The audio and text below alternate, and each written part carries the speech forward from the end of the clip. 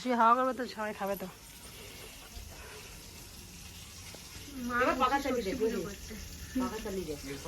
হ্যাঁ জামাইটা হাওয়া না করলে সেটা কি আর